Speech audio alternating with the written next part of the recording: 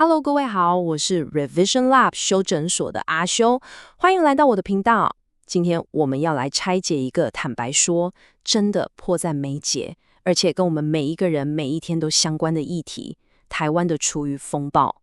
是这样子的，非洲猪瘟疫情可以说改变了一切。政府已经宣布，从2027年开始就要全面禁止用厨余来养猪。各位，这项禁令等于是瞬间抽掉了台湾每年几十万公吨厨余最主要的去路。时间真的剩下不多了，这场巨大的风暴马上就要来袭。那问题是，台湾，我们准备好了吗？今天我们就来深入剖析这场危机背后的挑战，以及我们手上到底有哪些可行的解决方案。好，为了让大家对这个有点复杂的议题能有一个很清晰的架构，我把今天的内容整理成6个部分。首先，我们会先来看看这场迫近的风暴规模到底有多惊人。接着，我们会直接点出2个最直接但也是最糟糕的选项：焚化跟掩埋。然后我们会深入来谈目前台面上的3大主流技术：黑水虻、生质能，还有高效堆肥，客观分析它们各自的优点跟缺点。最后也是最重要的，我们会拉高一个层次，来看看真正的系统性解方到底该是什么。好，我们马上开始。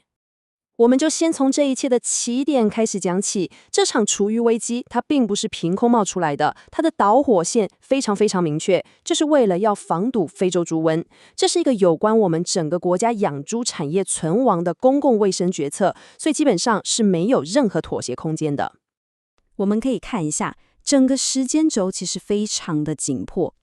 从2025年10月出现首例非洲猪瘟之后，防疫警报就已经拉到最高等级。到了2026年初，政府就正式宣布给养猪产业1年的缓冲期。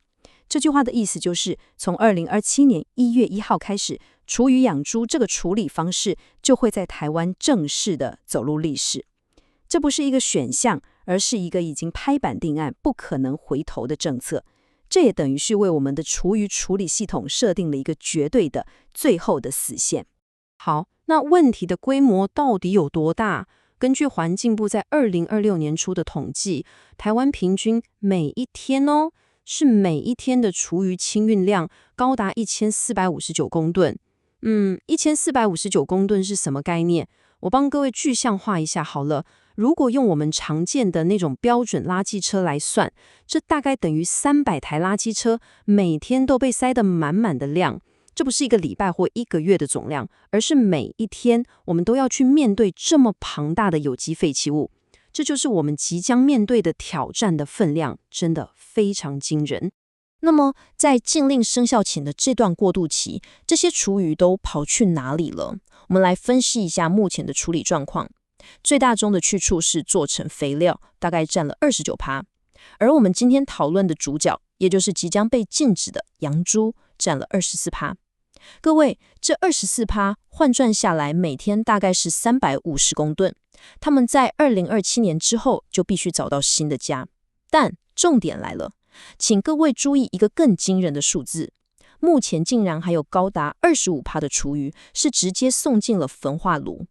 这其实是一个非常不理想的临时做法，它不只是治标不治本，更是在我们的废弃物处理系统里面埋下了一颗定时炸弹。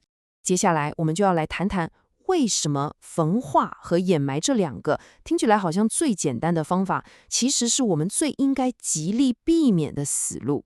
很多人可能会很直觉的想，垃圾不就是烧掉或埋掉吗？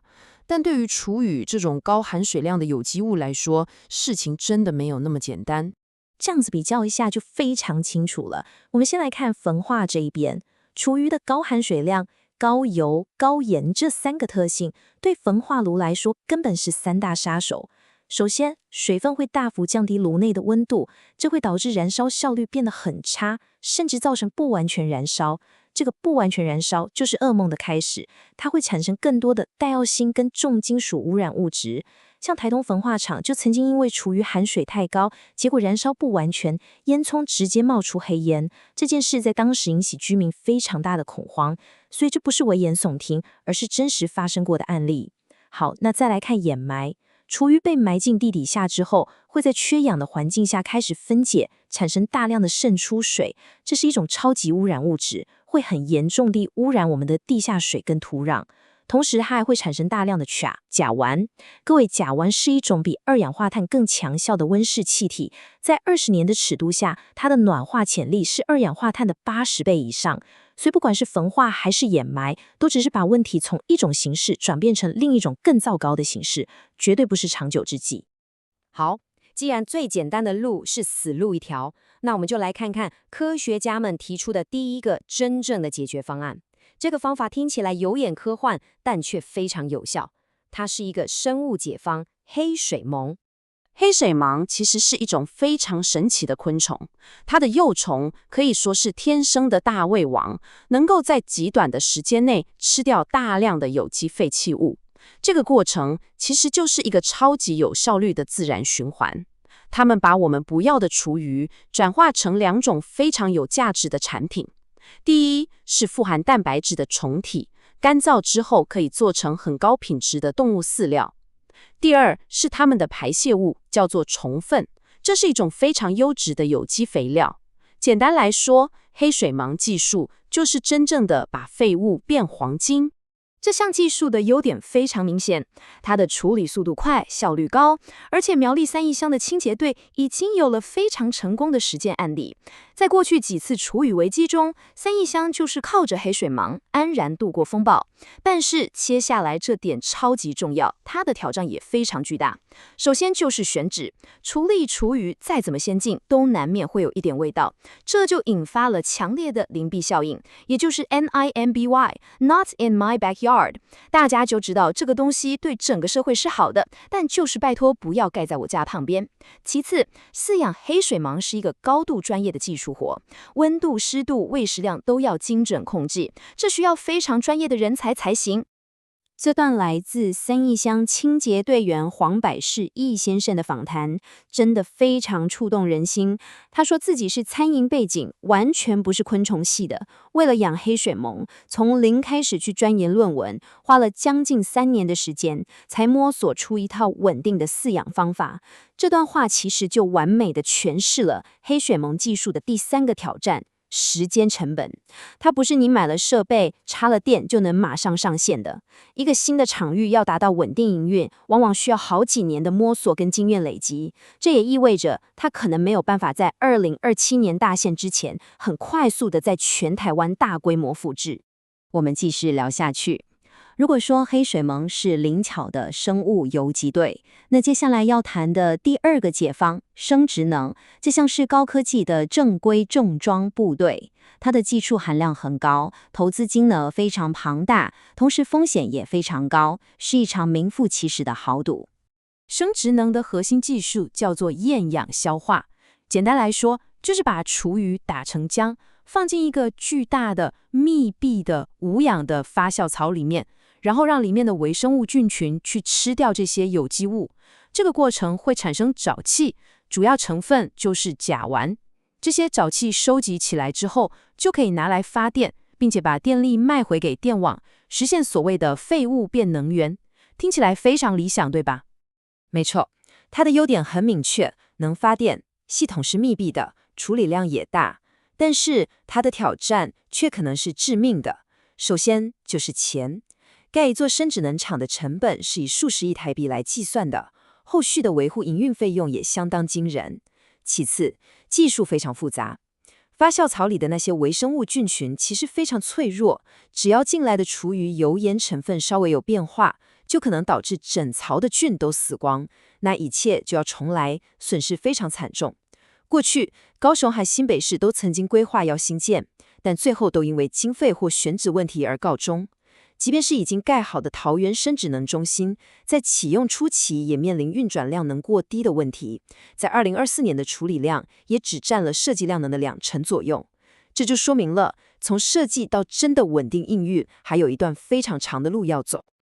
好，看完了高科技的生物解放和能源解放，我们来看看第3的选项，这是一个传统方法的升级版——高效堆肥。提到堆肥，大家脑中想到的可能是在田边那种露天的、气味很浓厚的堆肥堆，但我们这里说的高效堆肥是完全不同的概念。它是把厨余跟特殊的菌种放进一个密闭的发酵槽里面，透过精准控制温度和氧气，让整个发酵过程从传统的3到6个月大幅缩短到只要几天。而且因为是密闭系统，所以异味和占地的问题都比传统堆肥改善非常多。高效堆肥的优点在于它是一个相对成熟、快速的技术，而且产出的产品就是可以直接使用的优质肥料。像是云林县早在2018年就已经禁止厨余养猪了，他们主要就是靠高效堆肥厂来处理厨余，而且运作的相当成功。但它的挑战，各位可能已经猜到了，没错，又是邻避效应。尽管异味已经大幅减少，但只要挂上厨余处理厂这个牌子，民众的抗争就很难避免。此外，它跟生质能一样，也极度依赖菌种的管理。如果操作不当，发酵失败，过去就曾经发生过有业者直接把发酵不完全的半成品违法倾倒在农地上的案例，反而造成更严重的2次污染。好，我们简单整理一下刚刚的内容。我们分析了黑水虻、生质能和高效堆肥。大家有没有发现一个共同点，就是这3种技术本身其实没有绝对的好或坏，但它们都面临着一些共同的在技术之外的巨大挑战。这就带我们来到今天最核心的部分，真正的解方可能根本就不在技术本身。这句话就是我今天最想传达的观点。我们花了很多时间在比较各种技术的优劣，但真正的瓶颈其实是那些阻碍所有技术落地的系统性问题。如果这些系统性的问题不解决，那就算我们引进再先进的技术，最终都可能以失败告终。那么，一个真正的系统性解方到底需要包含哪些元素？我认为有4个关键的支柱。第一是策略性选址与公众沟通，政府不能再被动的等民众抗争了才出来解释，而是要在一开始就做足功课，用透明的资讯和长期的沟通来化解邻避效应。第二是长期稳定的财务模型。像生质能这种高成本的设施，不能只靠政府一次性的预算，必须要建立像 BOT 这种能引进民间资金、可以长期自主营运的商业模式。第三是专业人才的培养，不管是黑水虻的饲养专家，还是生质能厂的操作员，这些都不是一蹴可及的，需要国家层级的长期培训计划。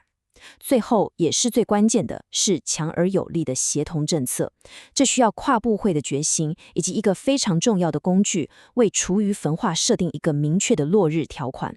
只有当焚化这条退路被彻底切断，所有的地方政府才会真正动起来，去积极的建置永续的处理设施。所以回到我们最初的问题，这场迫在眉睫的厨余风暴，真正的挑战并不是在黑水虻、生质能和堆肥之间3选1，而是我们的社会到底有没有决心去翻越技术应用、长期资金和公众民意这3座巨大的山脉。这不只是一场废弃物处理的工程挑战，它更是一场考验台湾政策远见、社会沟通能力与产业转型决心的巨大实验。总结一下今天的重点，面对2027年厨余净零的全面来袭，台湾真正的解方不在于单一技术的选择，而是我们整个社会能否共同建立一个足以支撑这些技术落地的系统。这需要克服选址的邻避效应，建立稳定的财务模型，并培养专业人才。这是一场考验政策远见、社会沟通与产业转型决心的系统性挑战。今天的内容就到这边。如果你觉得这集有帮助，记得马上点赞、加订阅、加开启小铃铛。我们正在冲订阅，需要你的支持。我是阿修，我们下次见，拜拜。